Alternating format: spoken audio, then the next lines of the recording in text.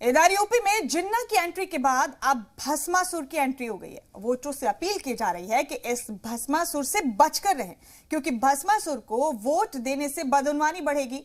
और लोगों से ये अपील किसी और ने नहीं बल्कि यूपी के वजीर आला योगी आदित्यनाथ ने की है।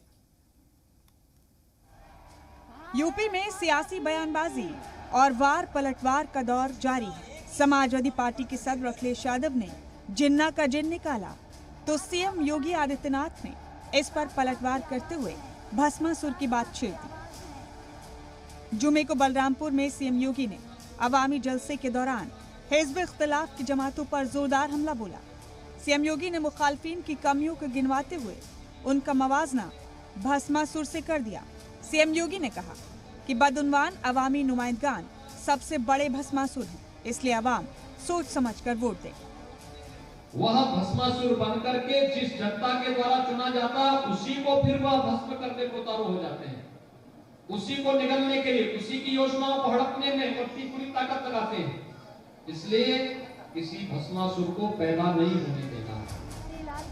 सीएम योगी के इल्जाम ने मुखालफिन पर कानून निजाम से खिलवाड़ करने, त्योहारों के दौरान अमन में खलल डालने और गरीबों का मकान हड़पने जैसे इल्जाम आयद किए।